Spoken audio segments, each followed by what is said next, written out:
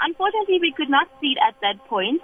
But then after the fact, like after we started to, get our facts together and sort of piece the puzzles of his life together in terms of his work and his kind of relationship that he was in, it started to make a little bit more sense.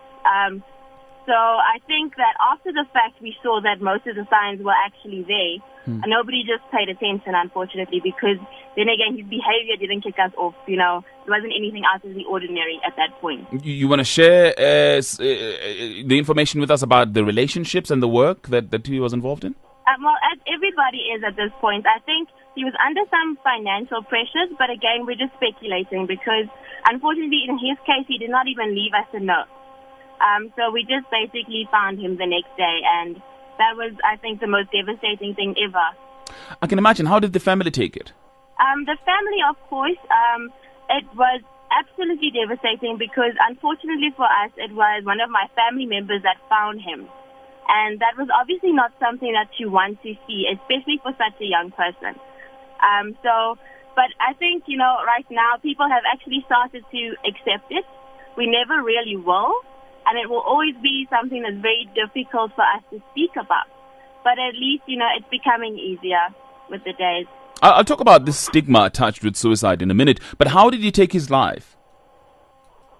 What he actually did was he hung himself. Overnight? Yes. Let's talk a little bit then about this stigma attached with the suicide, because the community generally, people don't want to accept that young people do these kind of things, and when we hear about it, we tend to think that, well, they're just seeking attention. Yes, no, definitely. But again, I mean, the family itself, they're not going to be all hush-hush about it because they know what happened. They have informed, all the friends and the family members about exactly what went on that day.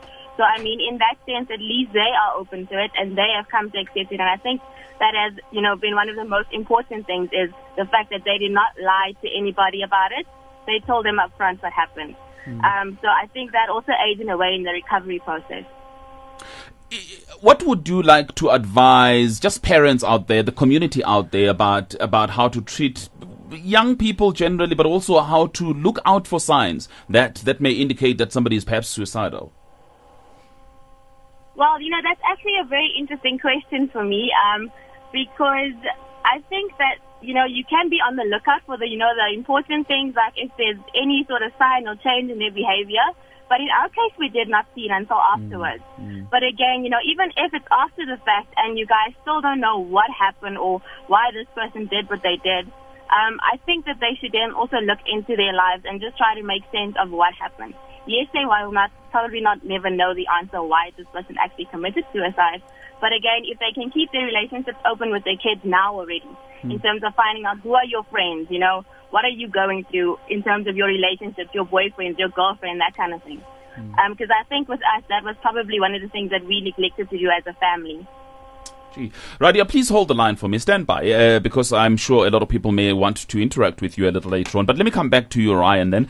Unfortunately, Raadiya's cousin, statistic at the moment. But tell us about how prevalent suicide, and teen suicide in particular in this country is.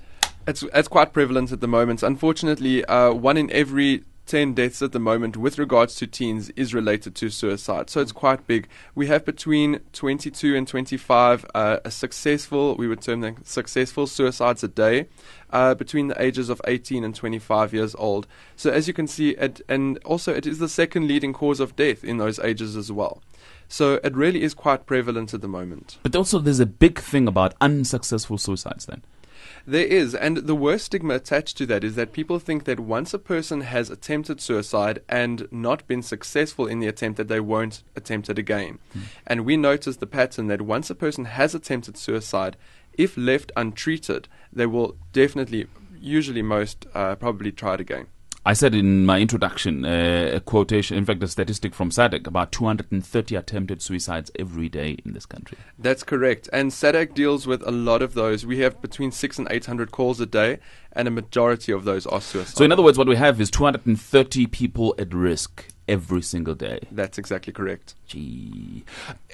As we heard from Raadiya, the issue with the cousin was financial. Is that one of the most, I suppose, is that one of the preeminent reasons why people decide to take their lives? There are a lot of reasons. The leading cause of suicide obviously being depression, and there are so many factors that could lead to depression: health, family problems, drug and substance abuse.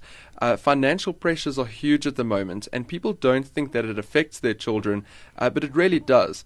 And they don't realize that they notice mom and dad perhaps are struggling with money, and this might be one of the only ways they think they can get out of it. Let me ask you this. What is it that you think as a society we do not know about suicide? There is a lot